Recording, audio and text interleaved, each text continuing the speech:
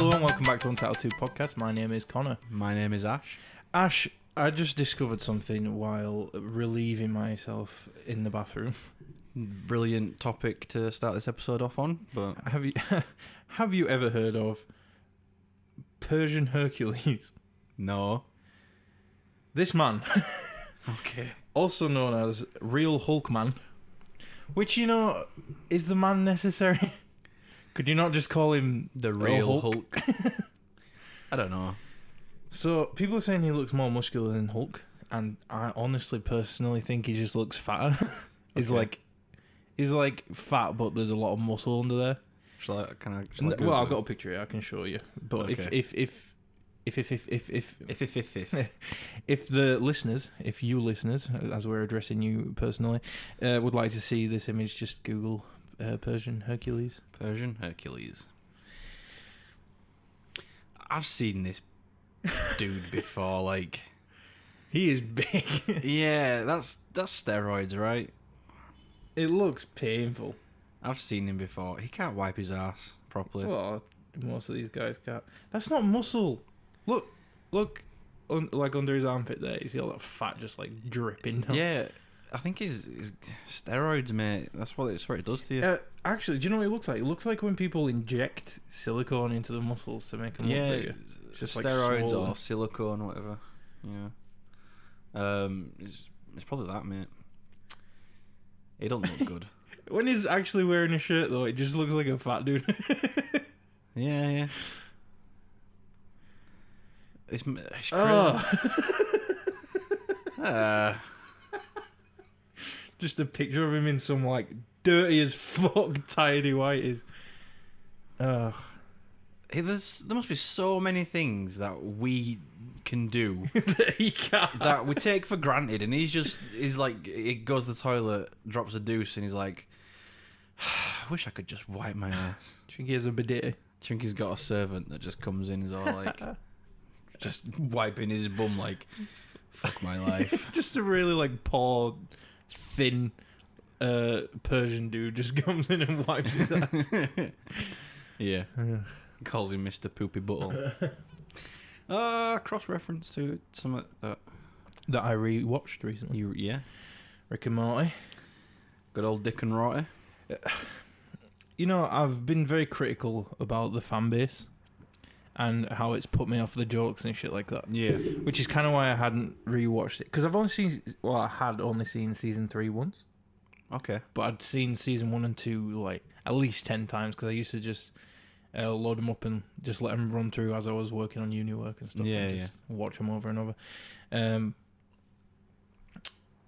But yeah, I rewatched it recently and I was like, you know, the fan base doesn't bother me that much. I'm actually really enjoying it. Yeah, that's what I found out. Like, because I thought if I saw a joke on the show that, you know, the cringy fan base you just plasters all over the internet all the time, it's just not going to be funny anymore. yeah. And granted, the Pickle Rick episode was like 10% as funny as it was the first time I saw it. But other than that, like a lot of the jokes, you know, they were still delivered really well and still got a laugh out of me, even though in the back of my mind I was like, ugh.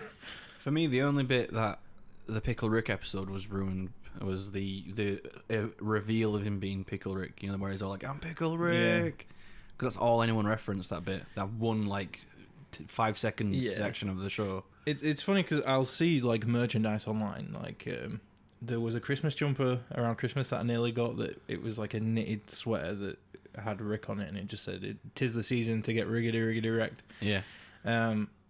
You know, I would have easily bought shit like that a few months ago. But now when I see shit like that, I'm like, oh, I can just imagine the kind of people just walking around wearing shit like that. I mean, personally, I'm not a fan of having T-shirts with graphics on them. Anyway, like I pretty much exclusively do that. I mean, I do like a good T-shirt that's got like a unique graphic on it that you know not many people are going to be wearing. Yeah. But like going down to the local fucking, I don't know, Primark or whatever and getting a fucking... As many Batman T-shirts as they're selling. Getting a T-shirt that has just a really generic fucking like one-liner on it or something like that. Yeah, I know what you mean. Not into that sort of shit. Not into band T-shirts either. No. I used to be. That's all I'd exclusively wear when I was like 15, was just Slipknot T-shirts, Job for a Cowboy, you know, shit like that. I used to be like I haven't bought a t-shirt in a while, and the ones I have either been like a shirt with a nice repeated pattern on it, or like just a relatively cool, like not cool as in looks cool, as in feels cool because it's warm as fuck at the moment. But yeah, I haven't really gone for anything with a graphic on it. Like I've seen a few Avengers t-shirts that I would have bought easily a few years ago, but I haven't. But what I am really into is getting hats. Yeah. Same. I've got so many snapbacks now. I posted a picture on Instagram. I used my live focus and got some really cool, like professional looking shots with my phone and put them on Instagram, and it got a bit of traction, I suppose. Relatively compared to our usual traction. I save like the graphics for the hats and stuff. You know, your accessories. Yeah, I've got a. Oh fuck!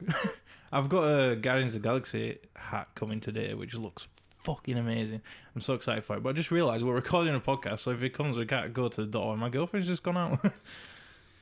Yeah, I might have to just one man show it for a bit. Well, yeah. Oh no, because we'll have to pause it because I've got to run down 4 flights of stairs and back up again. I'll be well out of breath when I come back. But yeah, I just generally go for like plain t-shirts. Like plain black is my like bread and butter. Yeah, I can't imagine wearing a plain black t-shirt in this weather. It's not. I am wearing a full black t-shirt, but it's not as bad as if I was in the think. sun. I would fucking. Yeah, it's not that bad. You know, it does obviously absorb more heat than a white t-shirt, but I mean, it's not noticeable. You're already fucking sweating from the sun being on your face and whatnot anyway, and just the general ambient temperature's really fucking unbelievable. So yeah, wearing a black fucking t-shirt in this weather is not. It annoys when people say shit like that. Like, oh, I can't believe you're wearing black in this weather. And it's like, fuck off. You go wear your little shitty white shorts, mate, or something, you know? Leave me alone. Yeah. Oh, I don't know. Because I've got... The majority of my hats are black. And lately I've only been wearing the white ones, because if I wear a black one, like I've got a long journey to work and everything, I'm in the sun quite a lot. My head just heats up insane amounts. But like if I wear a white one, it stays relatively cool. Yeah. I've also got like a light coloured trucker cap. PlayStation 1, which is very cool in this weather because it's got the mesh on it. So. See, wearing a black snapback is better than wearing no snapback for me because I've got black hair anyway, so... Yeah, true. My head's going to heat up regardless. Yeah, the problem with me wearing white hats at the moment, I've just dyed the blonde streak out of my hair, and it's... so if my head gets sweaty, then the dye can run. Yeah. And then I'll end up dyeing like my new white Spider-Man cap or whatever, so don't really want that. I've never dyed my hair, ever. Well, why would you? You'd have to bleach it first. Yeah. It's one of those things, like when we were growing up, our generation were just insane about dyeing the hair. Yeah. Girls would be coming to school with like 3 different colours and shit like that. Yeah, I used to dye my hair a lot. You obviously went through a phase where you couldn't figure out what to do with your hair. Well, I got really into like scene kid culture, and I was like, oh, as many colours as possible. Yeah. I started dyeing my hair because I hated being blonde because I'm naturally blonde. So I dyed it so much that now my natural hair colour is like an ashy dark brown. Yeah. Well, light brown. Yeah, I used to dye it black all the time, pretty much because I was an emo, but also because I didn't like blonde. And I think the reason why I didn't like the fact I was blonde was because my mum's friends. My mum had loads of these like ditzy friends who'd come over and day drink bring the kids over to fucking trash my bedroom and while they day drink wine in the kitchen. And they were the type of girls that'd go, I did a stupid thing, don't worry, it's because I'm blonde. Right. And so there was this like big stigma about blonde making you stupid because I just knew all these girls that were like, oh, it's okay, I'm blonde, sort of thing. Proper generic. So I think that did something to my brain, and I was like, I hate blonde hair. I won't say I hate all of my hair, it's just my hair.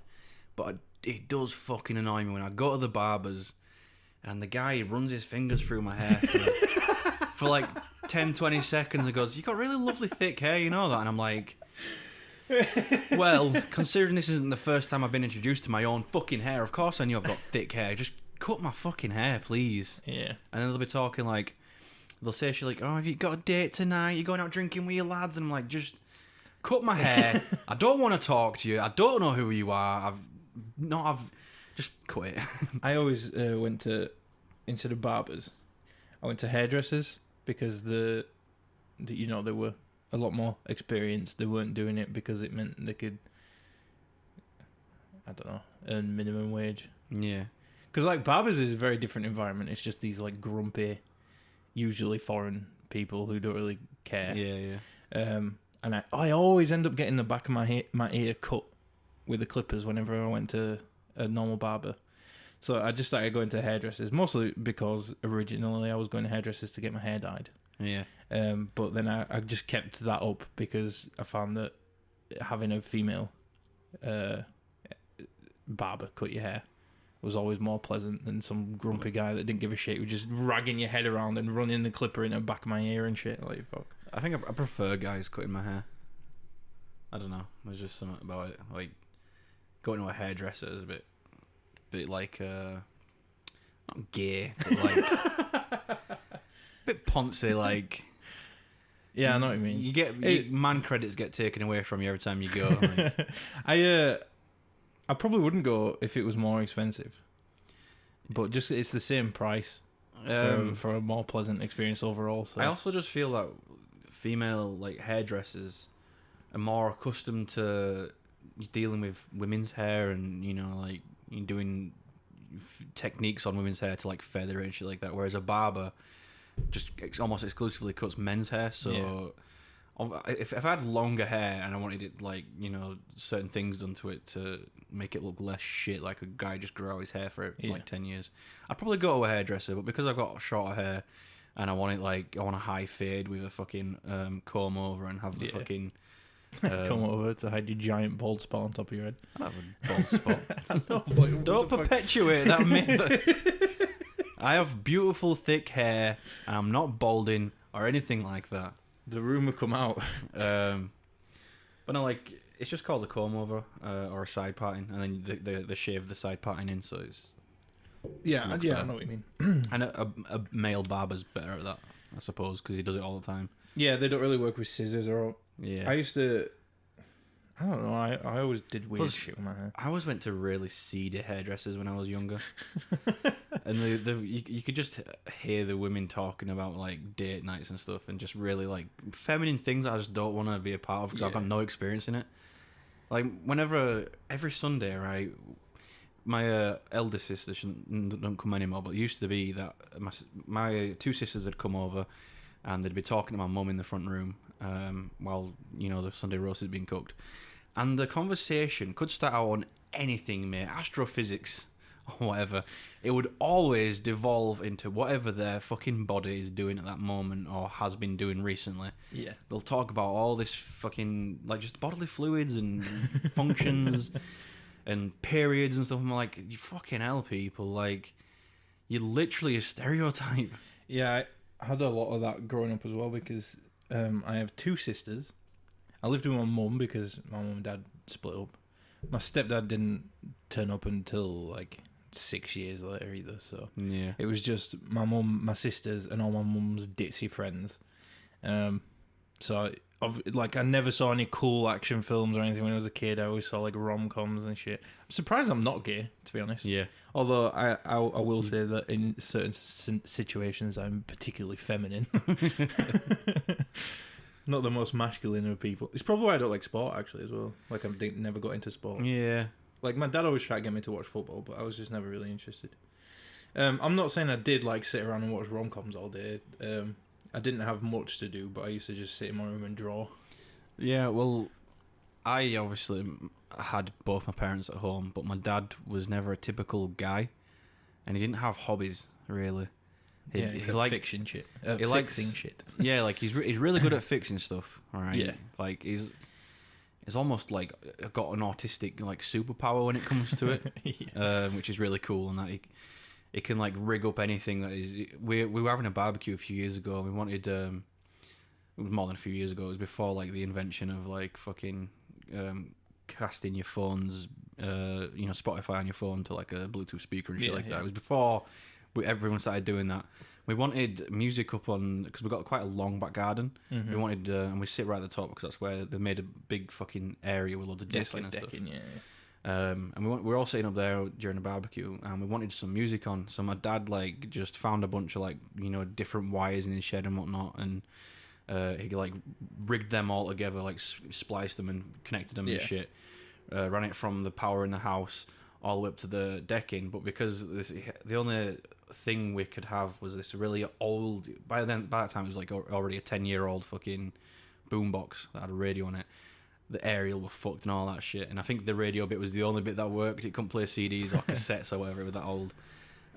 So he just fucking goes and gets his coat hanger or something and just bends it around and shit and makes a makeshift aerial out of it. Yeah, I did that once when because I had like a really old CRT monitor, so old it was black and white. I used to play Nintendo 64 in black and white because that's the TV I was given. But yeah, I rigged an aerial out of that as well, because you just stick it in the aerial port and it's like, this doesn't seem right, but it works. But yeah, like me, I'm really technically minded, but like if I see a shortcut, I'm gonna take it. Like, I could splice all these wires together and make one super long wire, or I'll just buy a fucking big long extension cable on Amazon for next time. Yeah, something like that. It's a shortcut. I'll take it. Yeah. So yeah, just the fact that he rigged all up together was amazing. Yeah. But it's not really his hobby. He's just good at it. Mm-hmm. His only hobbies, really. I mean, now he plays Boom Beach all the fucking time. Which is he's got like 6 tablets of 6 different. He's got Boom more Beach than 6 tablets.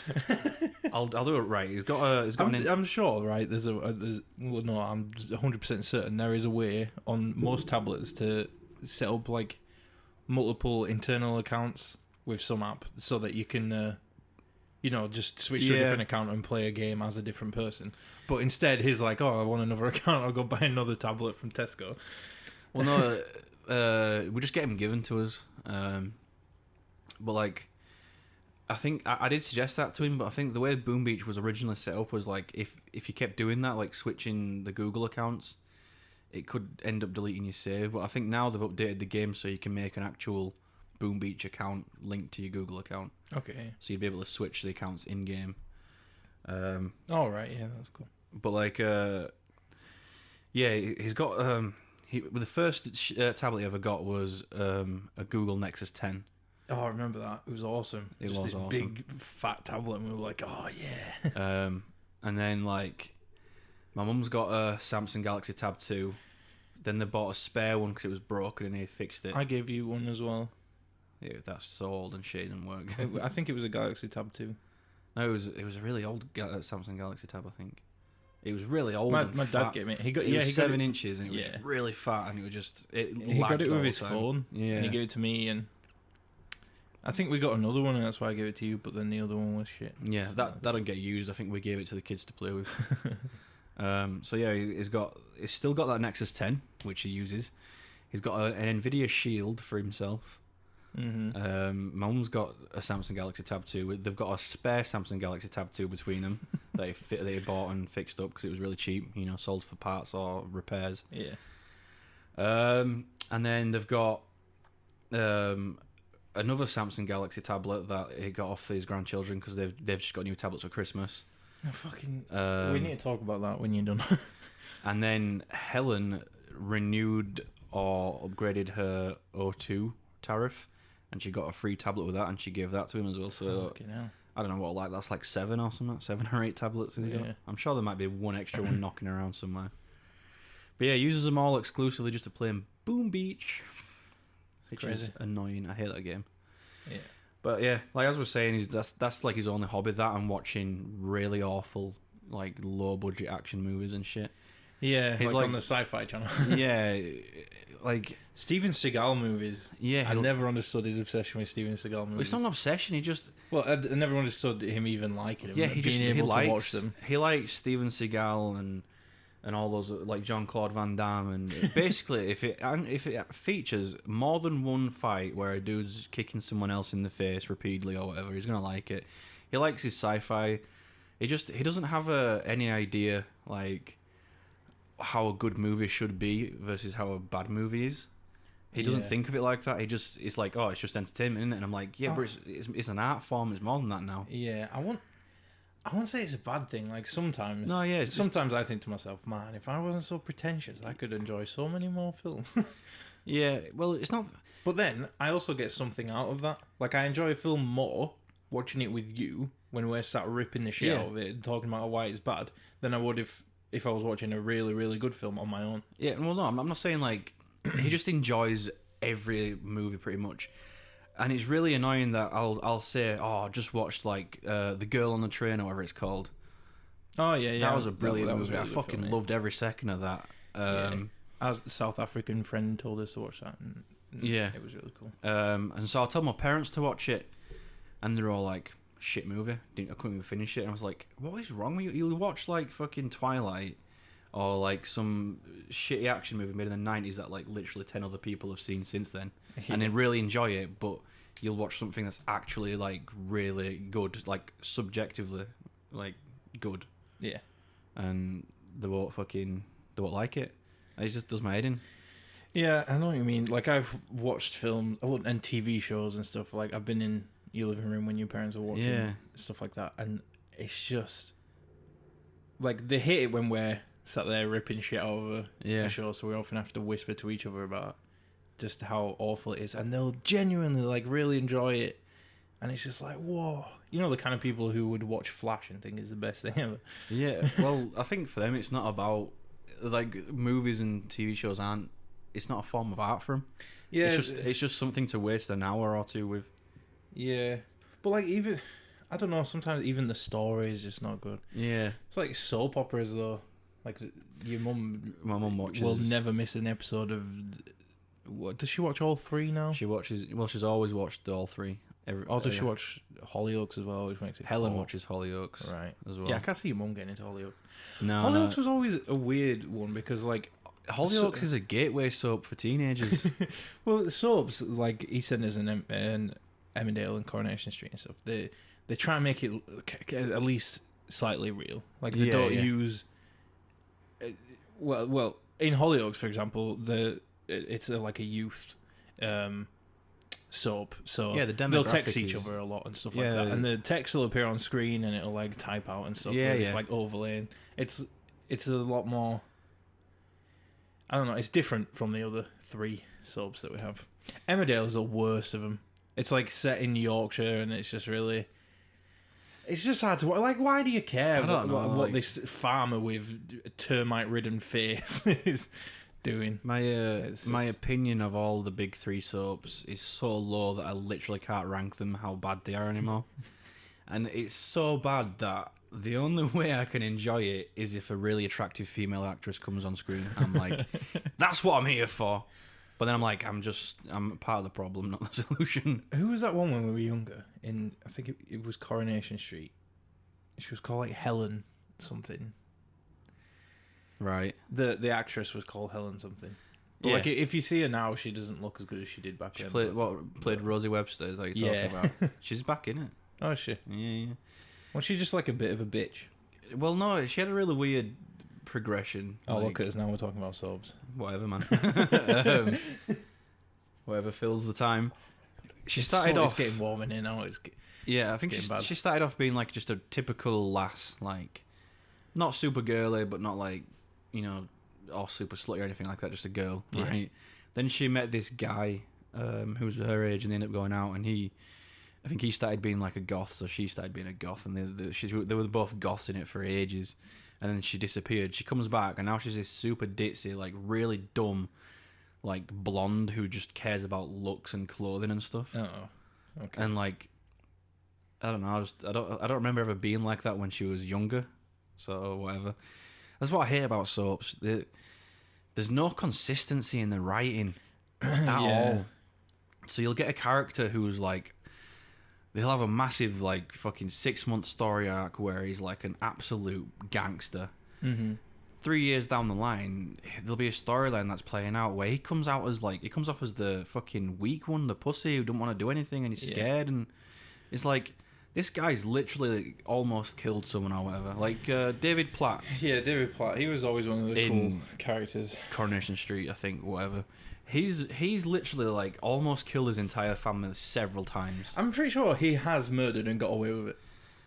Like, he still hasn't paid for that. I don't know. Recent. I haven't watched it. I say a recent, like last few years, there was a storyline where he was getting terrorized by this druggie, who was like the least terrifying villain ever. Didn't he get raped by a man? Yeah, so that's the recent one. But yeah, it was like the least terrifying villain ever. He'd just show up and be all like, you know, I want you to look after these drugs. If you don't, I'm gonna take my son off you, because he's like he was going out with this fucking druggie's ex-girlfriend. They had a kid together or whatever, and he was like, that was it. And he was like, if I were David, I'd just fucking kick 7 shades of shit out of him right there and says, don't come around here again, mate. Yeah. But David was like, oh, please don't, please. I'll do whatever you want. And then eventually David's sister started going out with him. She didn't know about the whole, you know, situation. But he was being a knobhead and she fucking killed him. And they covered that up. I don't think David's killed someone, or if he has, I can't remember. But like the point is like, he's been a psychopath for a long time now, like trying to kill his family and stuff like that. You don't do that if you're not a psychopath. Yeah. And then just shit happens to him and he just takes it. Like, he's recently been raped by another dude, and like, I just can't see David being the type of guy who bottles that up and don't want to talk about it. He'd be like the type of guy who immediately realizes he's been raped and starts plotting his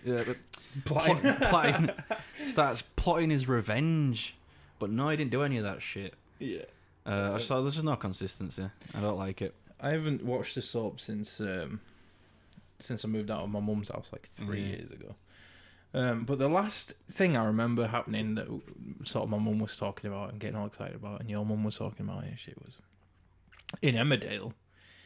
There was a wedding, and a few people died, or maybe one person died. There was a fire. This old lady died because some like glass fell and impaled her or something. Oh, you mean? But like the whole thing was there was a car crash, and then a propane tank went off, and then it hit a helicopter, and the helicopter fell out of the sky, and then it set a tent on fire, and it's like, what the Somewhere fuck? out of fucking Final Destination. Yeah. Yeah, no, because there was a woman in it called Val, who like a year before that had been diagnosed as HIV positive. Oh, yeah. No, and before she died from this, I think, was it her who got impaled by the glass? I didn't watch the episode, but I heard about it. Yeah. And before she died, she had to give off a one-liner where she's all like, "I'm HIV Val" or something like that. You remember? Yeah, fucking HIV Val. They've done a few stories like that. There was in Coronation Street, like 20 odd years ago, 30 years ago, there was a tram that crashed into the street and killed a bunch of people. And then a few years ago, they redid that storyline for some reason, like as an homage or something. I just think it's lazy writing. But yeah, they always do. Every now and then there'll be a massive event in it like that. Yeah. In Emmerdale, like a year or two ago, there was a massive like 50-car pile up on a highway. Yeah. And stuff like that. People died there, and they were just they do this every now and then. Like, I think they can tell people get bored with these shitty storylines they're making up that drag on for ages. So they have to reward them with this like massive big event like that, like a fucking propane tank hitting a helicopter and shit. But I remember EastEnders used to do this thing where when a big event was going off, like a huge event in the show, just to give it, you know, more hype, they'd be like, "Oh, this episode is going to be recorded live," they're like, and they'd always fuck lines up and like laugh at each other and shit. And it's like, this is a shambles. Yeah, I've seen a few of those with my mum.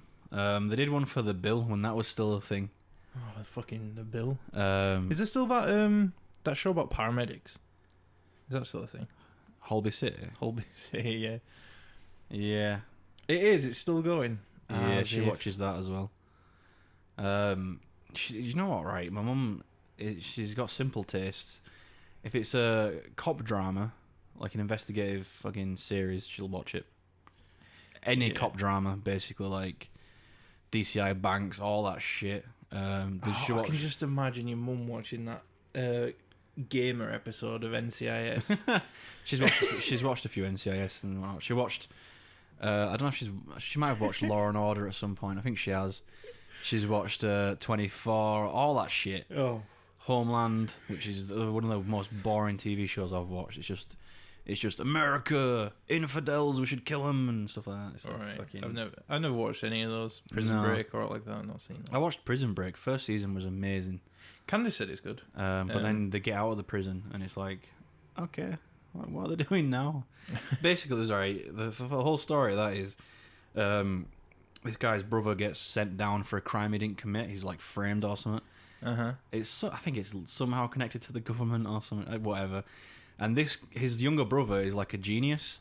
I think he wants to be an architect or something like that.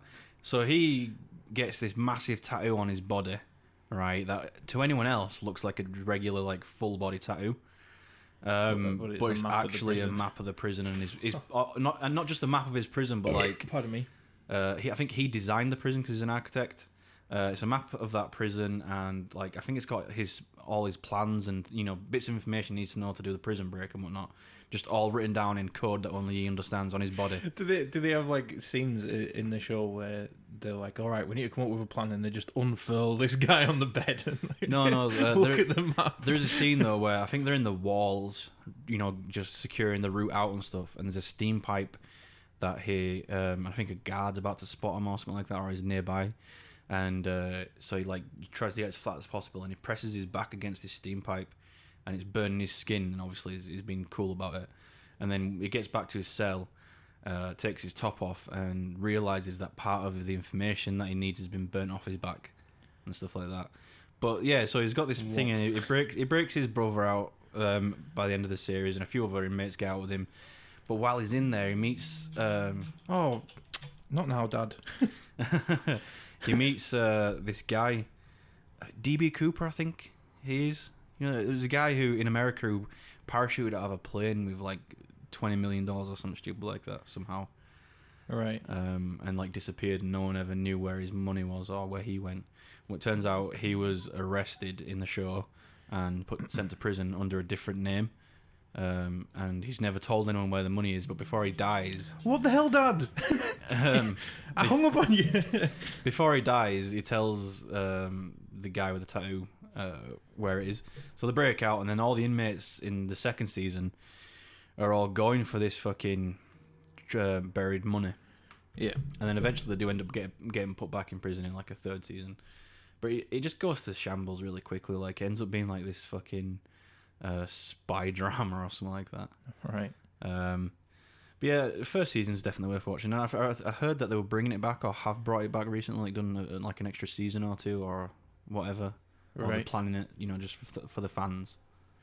Lost was a bit like that. Like I remember seeing the trailer for Lost, and I stayed up late because I had a TV in my bedroom, so it was like I should have been in bed because I had school in the morning. But yeah, I stayed up late to watch it, and I used to do that like secretly every week when it was on, and I really enjoyed it. Really following it and stuff, and then it just started to get weird. Like it was like season 3, season 4. There was like polar bears, and there was this weird like black smoke and shit. And then I stopped watching it because it just got really shit. And then I watched a bit from the like final season. Your parents were watching it probably, and it turned out they were all dead, and they were going back to the island. Like they were in purgatory or something. Yeah. Yeah. The first season, again, was amazing. Just that first episode with the pilot in the plane and shit like that. It was really... Just the plane all up in bits and everyone's just, running around and whatnot. Mm-hmm. It was amazing. The whole first season was great. But after that, it just... it got shit. And everyone kept saying, like, oh, I bet they're dead. And then the showrunners were like, no, trust us, there's going to be a really satisfying story, and the ending's going to be really amazing, you're going to love it. And then it gets to the end, there's like, oh yeah, they're all dead. And it's like, you fucking cunts. Yeah.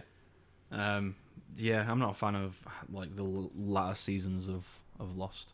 There's a really fun episode that I really liked though as a kid, where there's this massive like pirate ship that had somehow made its way to the middle of this island, and it's obviously been shipwrecked there. And somehow got there. They don't know how it got there or whatever, or they didn't at that point. And they need TNT to blow the hatch open. You know, the hatch in the show. Everyone knows what the hatch is. The bunker thing. Yeah. Yeah, I was just thinking. I think it's to blow the hatch open. And that ship's got loads of TNT, but because it's centuries old, it's sweated and all that, and it's really volatile. Like, it could just blow it any second if you're not too careful with it. And so they've got this guy with them who was a school chemist teacher or whatever. I don't know, or biology or something. So, but he knows a bit about White. No, but he knows a bit about this stuff, and it's called Ernest, I think, was his name. And so they've got Hemingway.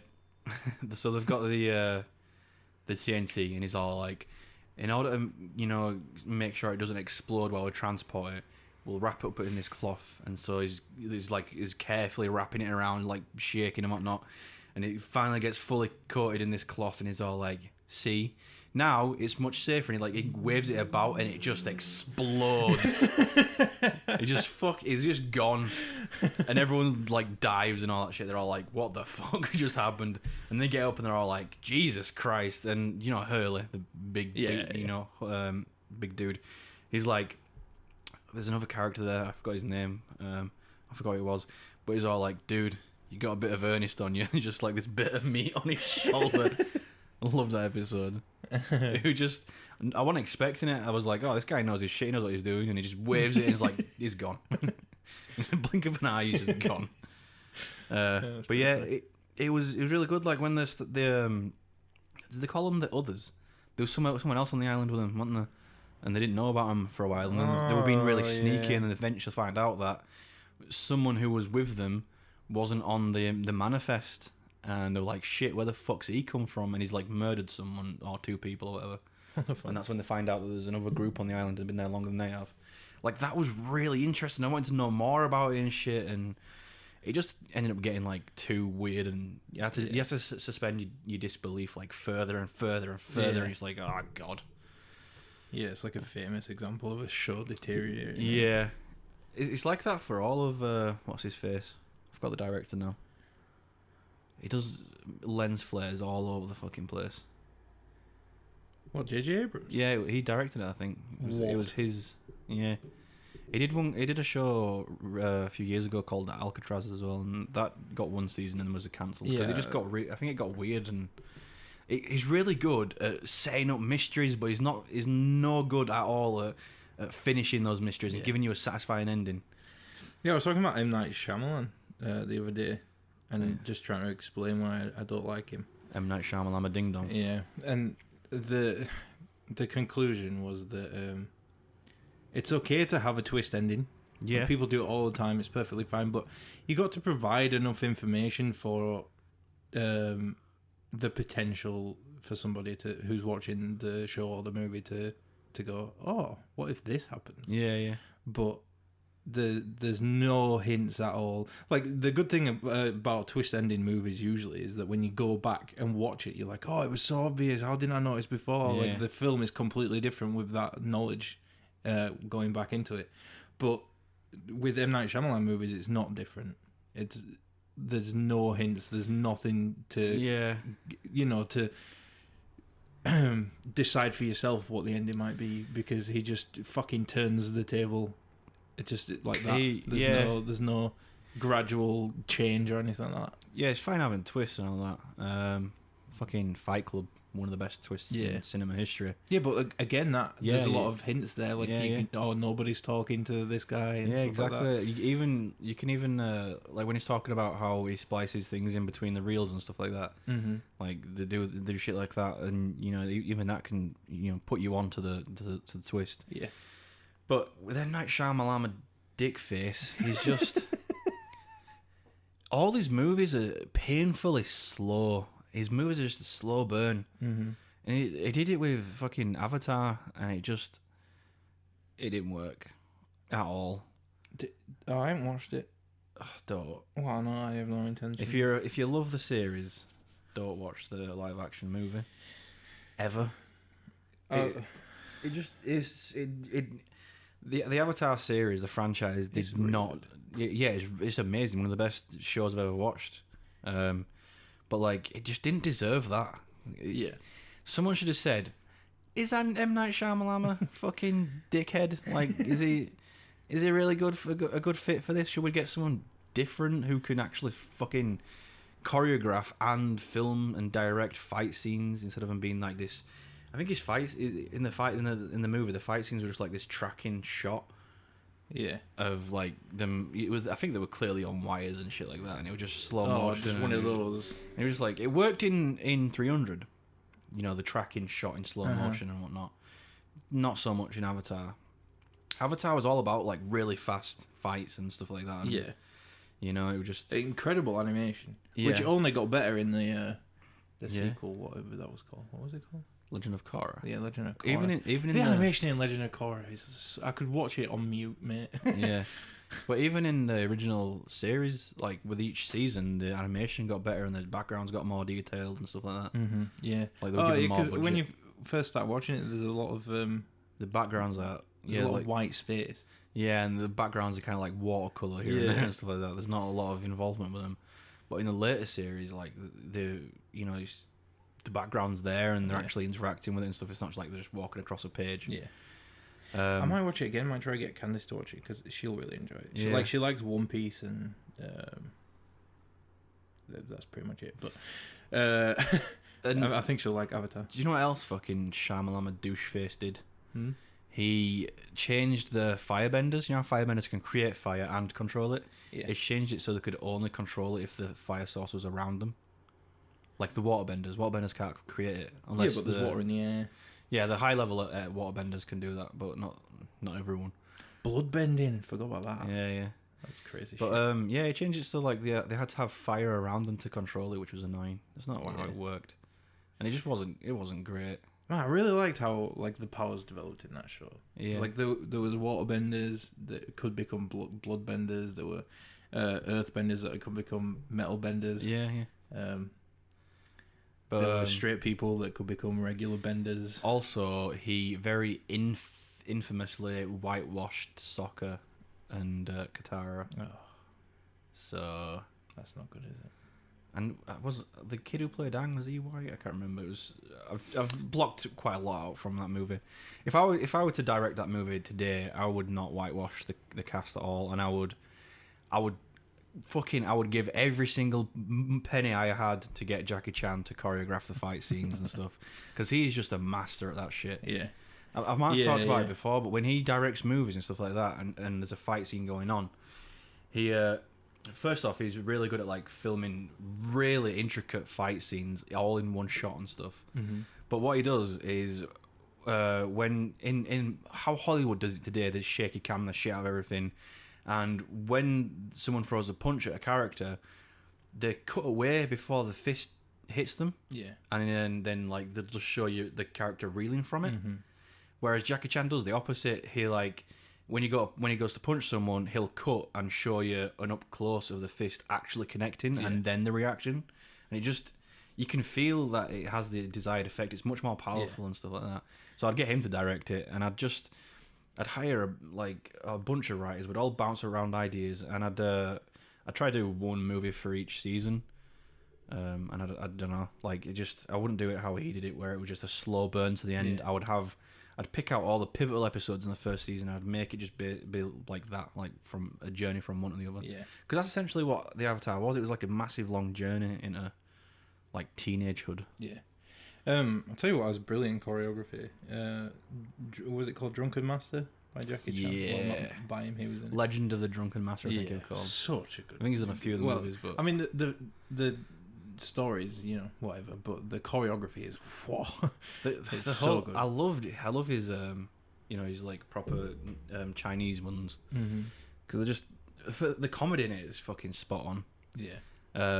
It's the one where he, right at the beginning of the movie, him and his father's live-in student or whatever, they're on a train, and one of the boxes gets mixed up. Like he's bought a ginseng root or something like that for one of his friends back home, so they can. He's got like some sort of herbal thing that makes your hair grow back or your penis longer or whatever. Yeah. And it gets mixed up with something else, an old ancient Chinese artifact, like important to their heritage and whatnot. And it's all about fucking the English coming to steal Chinese artifacts and whatnot. But it's just hilarious. Like when because he's got this stepmom, hasn't he?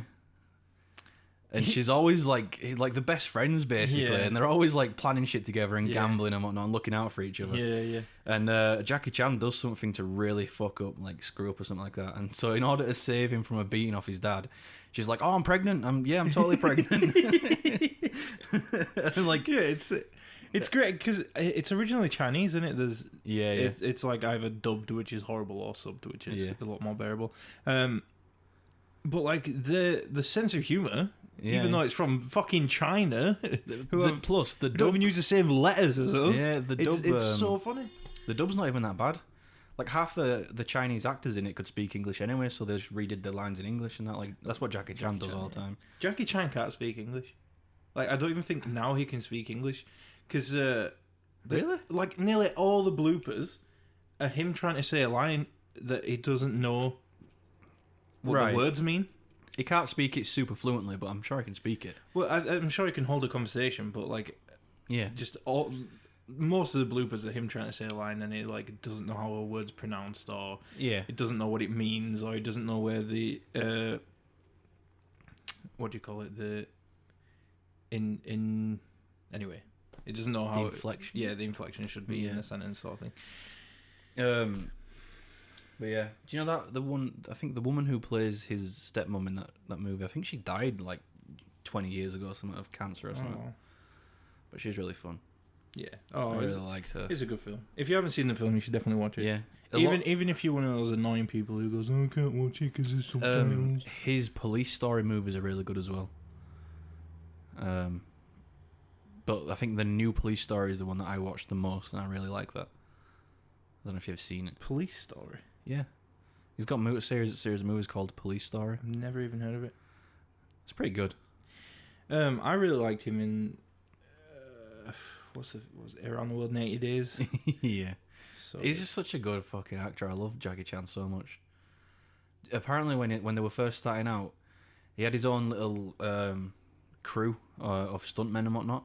Yeah, he runs a stuntman studio now. And it was like, what a fucking dude, man. Way in the early days when like they were only working in China on certain movies and whatnot. Like he was getting punched by Jet Li for a movie, not Jet Li, fucking Bruce Lee. Yeah.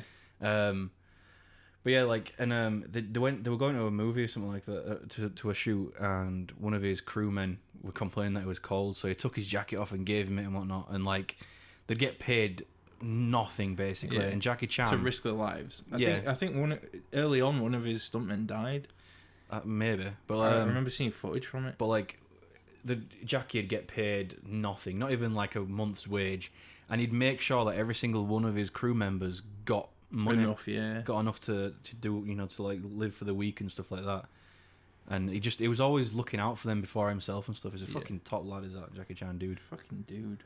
I saw a video recently where he was on like this Chinese. Yeah, I was just thinking about that, and like his stuntmen surprised him. Yeah, he was on a Chinese talk show or something like that. Thank him for and everything. all these stuntmen over the last like 30 years all managed to show up, and like Jackie starts crying and stuff, and I'm like, fucking hell, mate, this dude.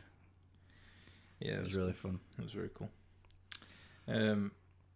Speaking of good choreography, I really like continuous shot choreography, even when it's like faked. Like in Kingsman, like if you watch closely, you can see where someone move in front of the camera, and that's where they cut it. Yeah, there's a lot of that thing. But it's still clever. It's still an art to do that. Yeah.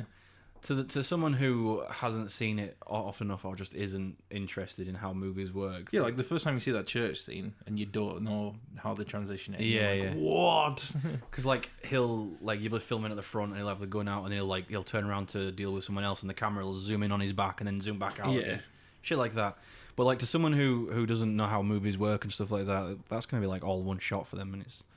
But I do really enjoy actual like one shot fucking. Yeah, I think I'm pretty sure a lot of the choreographed fights in the Netflix Daredevil series. Yeah, I think you said that. Single shot, and they're so fun to watch. I just wish the show was a bit more engaging because it's just a bit.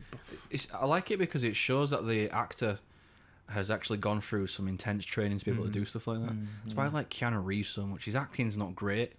Like he's such a cool dude. I'm pretty sure he just lives a normal life. Yeah. He gets fucking the train and stuff to places. Yeah, he I saw that some fans in sort of his earlier years as an actor, around Matrix time, I think, which isn't at all his early years as an actor. He's been an actor for years, but some fans broke into his sort of residence to get a signature, and he invited them in for like a little chat and a drink and stuff. Yeah. And also, he gets paid a lot, obviously, as like main actor in a film or whatever. But he gets paid, and then he divvies his wage up and gives it to like volunteers on set and like I heard that bus boys and shit like that. Yeah, like he when he gets paid, he buys gifts for like the crew members that don't get a mention and stuff like that, like the film crew and all that. Mm-hmm. He's a cool guy. I really like him. He's had a really hard life. His acting can be a bit flat at times, but I feel like it's perfect for the cyber characters he plays, like John Wick. Oh yeah, I've still seen John Wick 2 actually. Oh man, it's a good movie. But like, I really like him because you can see he puts a lot of dedication into like learning the choreography and the fighting and stuff. And I've seen a few videos online where they show his training and whatnot. Mm-hmm. And he's a cool guy. I really like him, and I love the John Wick series. Did Old Boy use continuous choreography? Yeah, there was that really fucking awesome shot where it's just a long corridor. Like the one that he ripped off in A Way Out. Yeah. I bet other movies have done it as well. In fact, they made an American remake of Old Boy, didn't they? I bet that's shit. I've not seen it.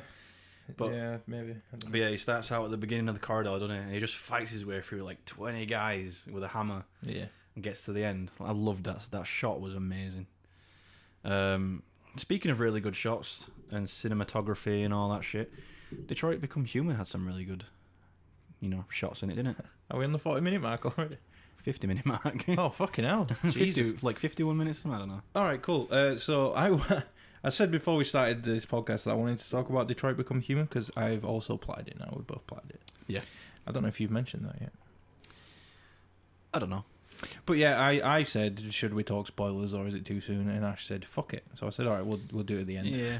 So yeah, if you don't want to hear the spoilers, go away. Yeah, get out now.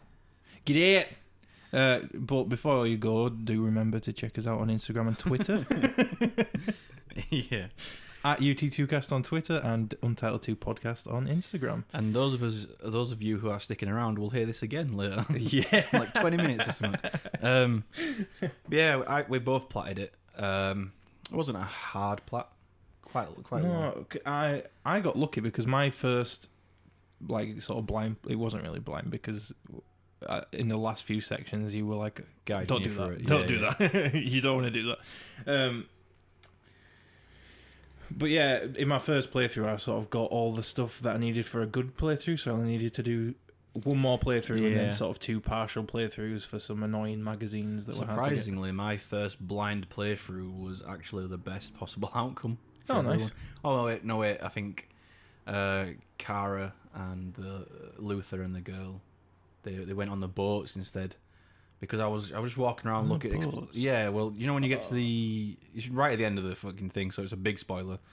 You get to the bus station, don't you? Yeah. And you're walking around. There's a car park, and I walked too close to that, and it triggered a cutscene where... I forgot the big black woman. I forgot her name. Rose, beautiful woman. And her son. They're there looking for you.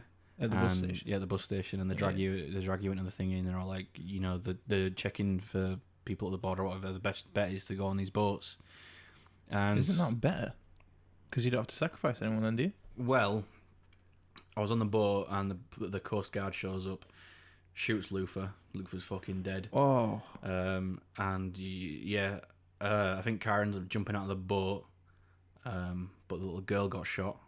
What? And you have to push the boat because the engine's dead. Alice. That got shot as well.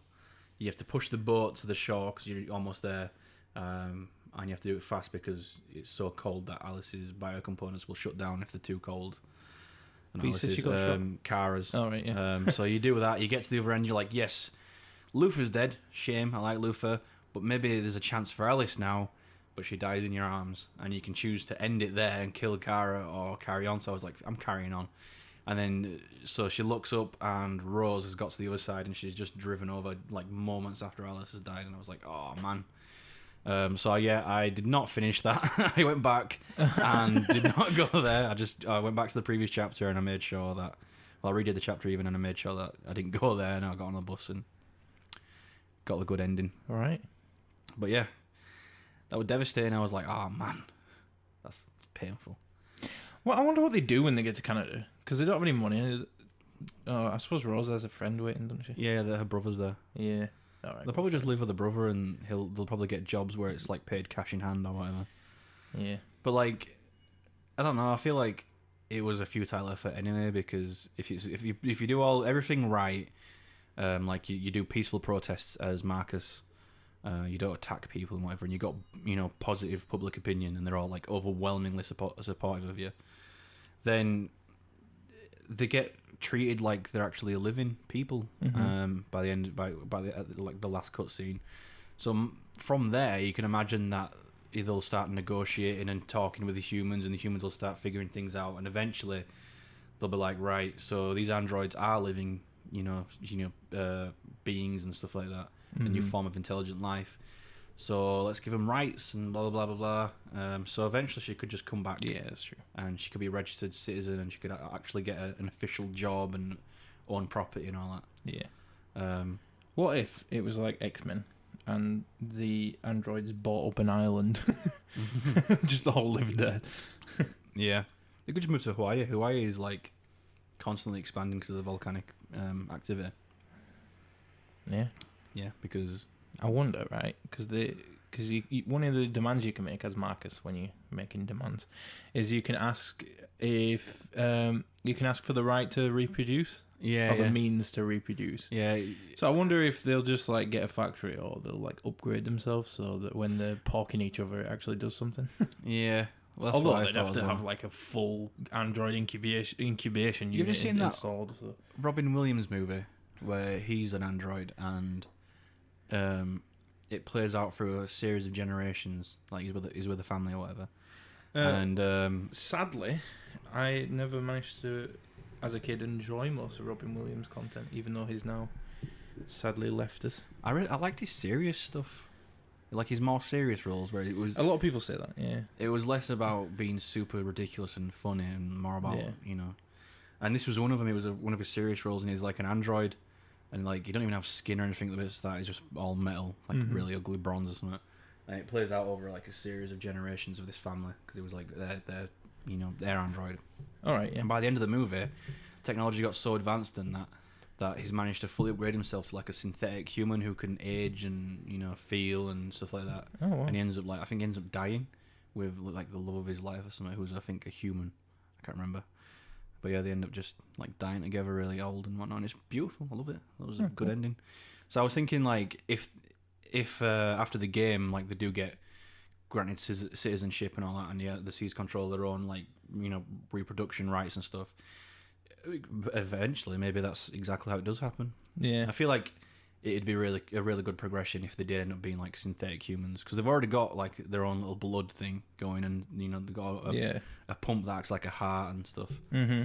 So like as technology gets better, they could just upgrade themselves to be able to like be more human than android. Yeah, or more like synthetic human than android. Mm-hmm. Which would be really good, because then like as a human you could fall in love with a beautiful android lady, have like beautiful synthetic children or something, Yeah. But yeah, I don't know, I really liked the game. I do feel like it could have benefited more from a bit more human interaction. There was one really good human in it, Hank. Oh, Hank is great. I loved Hank. I loved his and Connor's whole reaction, relationship throughout the story. Can we talk about the elephant in the room, actually? Yeah, go for it. Connor is my favourite character. Yeah. It's so bizarre playing as a character called Connor. Because that doesn't... I can't think of another time when that's ever happened. It's even spelt like my name. Which, by the way, Google, if you're listening, fuck you. I googled Detroit Connor, and Google's like, did you mean Detroit Connor with an E? Yeah. And I'm like, no! Even Google can't get my name right. Yeah. Fucking hell. Connor's one of my favourite characters as well, I think. I like them all for individual reasons, to be honest, but... I don't know. I didn't really like Marcus that much. I mean, at certain points I did like him. Other times I was just kind of like... Yeah, I don't know. It's probably the least easy to like. I think Marcus. I liked Kara. I really liked her storyline. I didn't mind Kara, but when I was playing through the next few times, I was just like, ugh, it's a Kara scene. It's a Kara section. Because nothing really different happened I don't with think Kara. I liked her as a character, but I don't think that they did her storyline justice, really. Not much changed enjoyable. at all. Like, I tried to do everything differently the next time I played it. Yeah. But... I don't know, I thought it was really sweet how she cared for this little girl and... like she just wants to be her mother. Yeah, I'm not shitting on the story. I think it was a great story, but they could have done better stuff with Kara. Like, this is probably the best that anyone's done with like an interactive movie type thing. Yeah, the best Quantic Dream game. Well, if you include Telltale in that sort of genre. Yeah, well, I think Telltale is their games are classified as point and click. Right, fair. Whereas a David Cage, very fucking. What's the word? Ponce? I don't know. Yeah. Like he says like his movies are interactive. His games are interactive movies or something.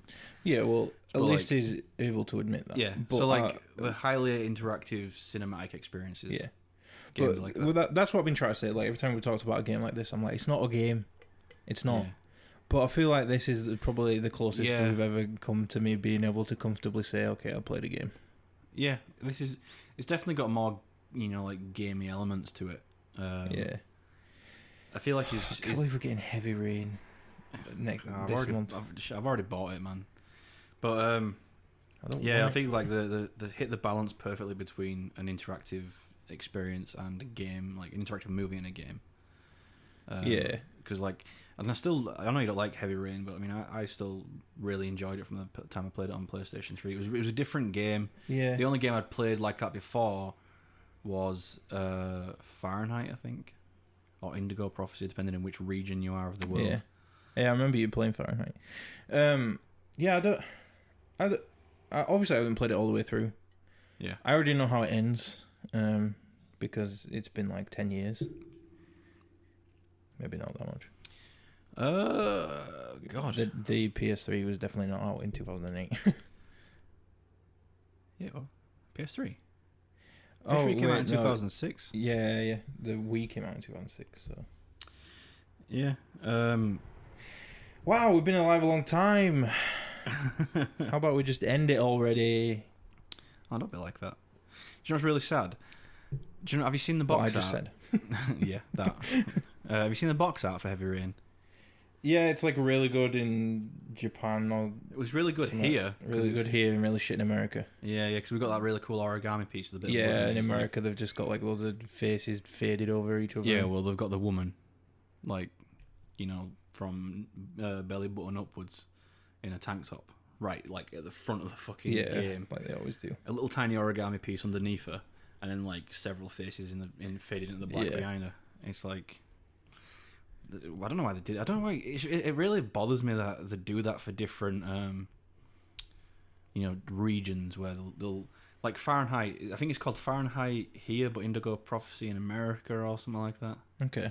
I just don't understand what the thought is behind it. Like, oh, we can't call it Fahrenheit in America. Oh no, let's give it a different name. And they like Gravity Rush. That's called Gravity Days in Japan, but Gravity Rush over here. I think it's a pun in Japan that doesn't work here. So that's why they did it. What? Gravity Days is still a cool name. Yeah, I agree. It would be a much better name. Like Resident Evil. It's called Resident Evil here, but Biohazard in America. It's always been I like what they did Japan. With Resident Evil 7. Yeah. It was called Resident Evil 7 Biohazard, but in Japan it was called Biohazard 7 Resident Evil. Yeah. And they managed to sneak the 7 into both. Incorporate the 7 into both of them. Like, cause I think for Biohazard it was the Z had a 7 in it. Yeah, it had the fucking 7 in it, but then for us it was Roman numerals. Yeah, Roman numerals evil. And the VII. Yeah. It was really good. But back to Detroit. Yeah. I was with you when you did your first playthrough, but like the playthrough before that, how far did you get through it? Before you restarted it. Good question. Also, Heavy Rain came out in 2010. Okay, so it's almost like 10 years old. I did Eden Club. I don't really remember how the order of everything went, but I think maybe Robin. I don't know. Was Robin Cyberlife before or after Eden Club? Because I remember that was a really long chapter, and I was like, okay, I'm done for now. No, the Cyberlife one. Which when I played it through again, I was like, that wasn't long at all. Where you steal from Cyberlife? Yeah, I definitely didn't get to the riot. Right. Or when we break into. I think the Cyberlife. You probably got like 30% of the way through it then. Yeah, it was about a third. Yeah. So. Yeah, because you played it with me first, didn't you? Yeah, and then you took it home, platted it, and then brought it back, and I played through with my girlfriend, so I started from the beginning so she could see it all. She really enjoyed it. So you probably played through it more than I have at this point. Yeah, because I played it through like 3 times for the plat, which you probably did 3 times or twice. Yeah, that's probably why I didn't have to do so much for the plat. When I actually started platting it. Yeah, I really liked the Eden Club for obvious reasons. It baffles me though, because like when you see them without the skin on, there's like no openings. Yeah. And it all looks very tough and unappealing. Yeah, like they're made out of plastic, which I think is a fucking better idea than making every single android in any media or pop culture made out of metal. I think you'd want some sort of like carbon fiber, something light. Yeah, like in Ex Machina. That would be like the ideal material. Good move with that. Similar reasons. But yeah, I like the fact that they made it they made them out of plastic and that. But like, when they put the skin on, like it doesn't seem like it adds any squish to anything. Yeah, I know what you mean. Unless, and I don't understand what goes on with the hair. Yeah, it just appears. It really like grows in when they turn their skin on, as they say. But why does Kara need to cut her hair if it just appears? Can't she just make it half appear? Does hair? That's why I think like it would have been better if they made them kind of like synthetic androids, like they had living parts to them, but also android parts. Yeah, I didn't like the fact that they could turn the skin off, and I didn't see the point. Yeah, they could have just left it on. It wouldn't have been much different. Yeah, unless it were just so the concentration camp was less demanding on the GPU. Maybe that. When if you're playing through a good playthrough and you're being supportive of the androids as Connor, and at the end when Marcus is doing that march, you go as Connor. You go to Cyberlife, and go into that warehouse, and there's loads of those androids, all the same model. That was pretty impressive, right? Yeah. They must have used some fucking magic to make that happen because they were not all fully realised 3D models in that room. There is no way. I don't know. I mean, the PlayStation 4 is still really powerful. There's some dope shit in it. I had a lot of problems with Detroit, actually. Like, sometimes I'd be playing a scene and the textures would only half load. And everything would just be like this gross, blotchy texture. Yeah. Especially, Crossroads? That happened all the time in Crossroads. Did for me. But one time, I think it was right at the end of the game, Kara's walking out of the other end of the border in Canada, and the camera snaps to in front of her, and her model was like the fucking shitty pop model you have for like things in the distance. Like it was that. So she had no eyelids. Her eyes were just like there. Her fucking lips would like fuse to the top of her teeth. It was creepy as shit. What the fuck? And then like it just loaded, and I was like, oh thank fuck, there she is. Whoa. Another big spoiler, really big spoiler. Alice. Little girl. What a waste. What a fucking waste. It was so poetic that Kara fell in love with this little girl and wanted to be a mother to this little human girl, despite all the tension between humans and androids, despite everything. There was this purity in this little girl, this, purity between Kara and this innocent young girl who had no hatred for anyone, and she was just asking herself, why didn't my dad love me and stuff like that, and Kara was there for her, and it was just this beautiful relationship. And then fuck it, she was an android as well. Android all along, which is ridiculous. Like when did her LED get taken out, and when did she become deviant? Like that happened all before the events of the game somehow. I noticed something in my third playthrough. Yeah. When you meet Ralph for the first time. Yeah. Succulent, you'll see. If you say to him, she's just a little girl. He goes, no, she isn't. Really? Yeah. He goes, no, she's not. Oh. But then he still calls her a little girl. The little girl must eat. Right, yeah. But yeah. It's like, Yeah, it's but how does he know she's not? Like, did he try fingering her or something? Oh, I'm sorry, that was horrible. That came from a dark place. That reminds me of...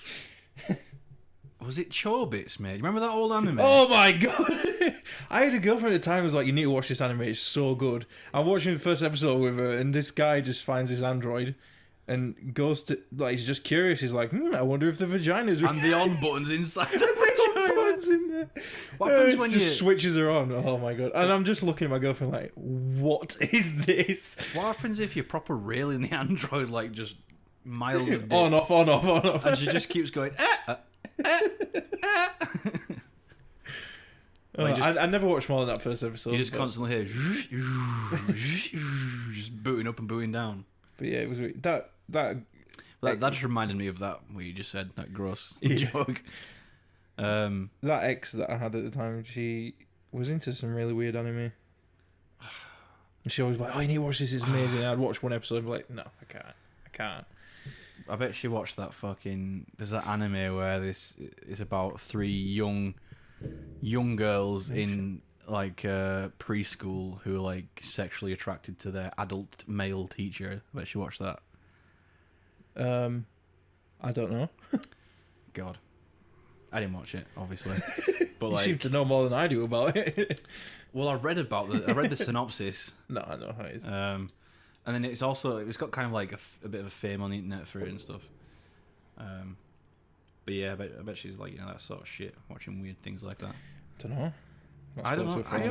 I always really liked the like darker anime stories. Yeah. Like Clannad. Love Clannad. Oh, Clannad. That's such a good anime. I don't even think a TV show's ever made me feel like Clannad made me feel. They're remastering or porting the Clannad game to PS4. Clannad game. It was originally. it was originally a game, wasn't it? What do they call them? Visual novels. Yeah, it cannot be as touching as the anime was, though. I don't know. But yeah, I'll still play it. I will as well. That's incredible. In fact, a lot of animes are based off like visual novels and stuff like that. Yeah. I like a good visual novel. Katawa Shoujo, good visual novel. Not even Japanese. Made by some dudes. Is that the one made by 4chan? Yeah, made by... They all got together and made their own there was a few people who were team. on 4chan that got together and made a game studio just for that, called like Folly Studio or something like that. Yeah. But I really liked that. That was really cool. It was very... For a bunch of dudes that originated on 4chan, it was very heartwarming. Like a very soft like feeling to it all. Yeah, you had like... You could choose between girls with like... It was like, which disability do you want? Well, don't it mean like crippled girl or something like that? Oh, really? It's something weird like that, but... There's one with like a burnt face and one with a leg missing or something. Hanako, the burnt face one. Best grill. Oh, I don't know, I didn't play it. Best grill. Best grill. But yeah, the whole point is... you should play it, by the way. Whenever you've got like a few hours. The point is, like, the whole point of the game is that your character had a heart attack or something, and it reveals that you've got like this abnormal, like, shit on your heart that I had from birth, and so technically you're classified as a handicapped person, and you go to this special school for other handicapped children, and like there's a bunch of really cool, cute Katawa shoujos there. I see. And one of them's Hanako. She's like she was in a house fire or something like that when she was younger, and so she's like got massive 3rd-degree burns like down half side of her body.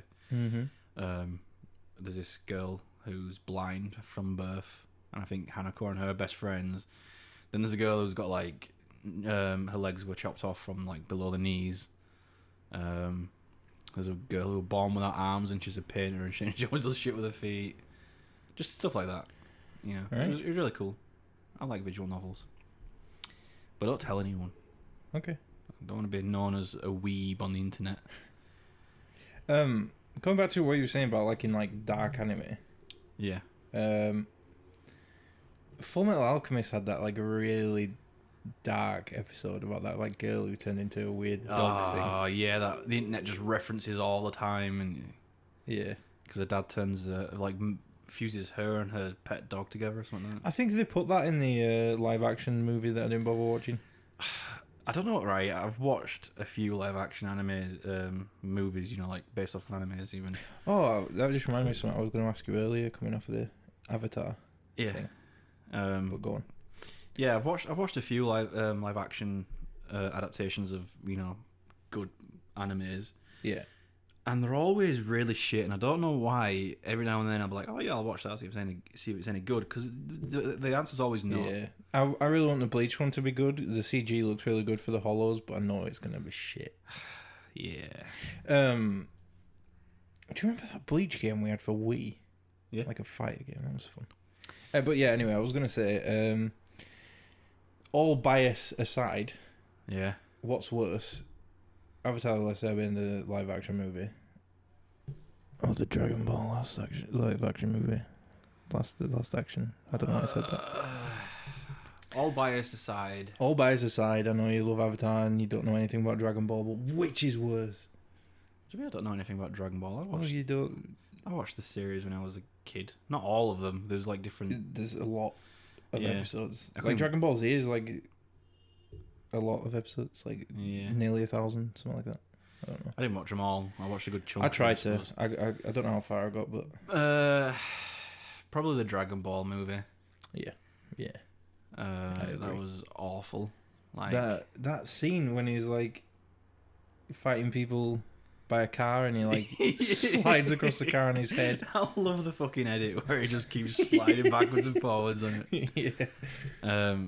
That's probably the worst. Just from the directing to the acting to the choreography, cinematography, fucking costume, props, everything about it's just awful. Yeah. The butchered the story and all that. It's just gross. Whitewashed Goku. Obviously. Well, it was set in America, wasn't it? So what? Well, they were trying to make it. They were like, why not just instead of just doing a live action adaptation with there's a lot of cool concepts. Yeah. Let's just make an American one. It can be a high school kid or whatever he is. I don't know. I have mad respect for American directors and stuff like that who will make an adaptation of a Chinese or a Japanese anime or whatever, or a book or whatever, and they will hire appropriate people. They won't whitewash. They'll hire Japanese or Chinese people for the right roles and stuff like that. Yeah, I know what you mean. I have mad respect for that because it just adds more like authenticity to it as well. It blows my mind, right? Because we can look at an anime and we can think, how should this be adapted?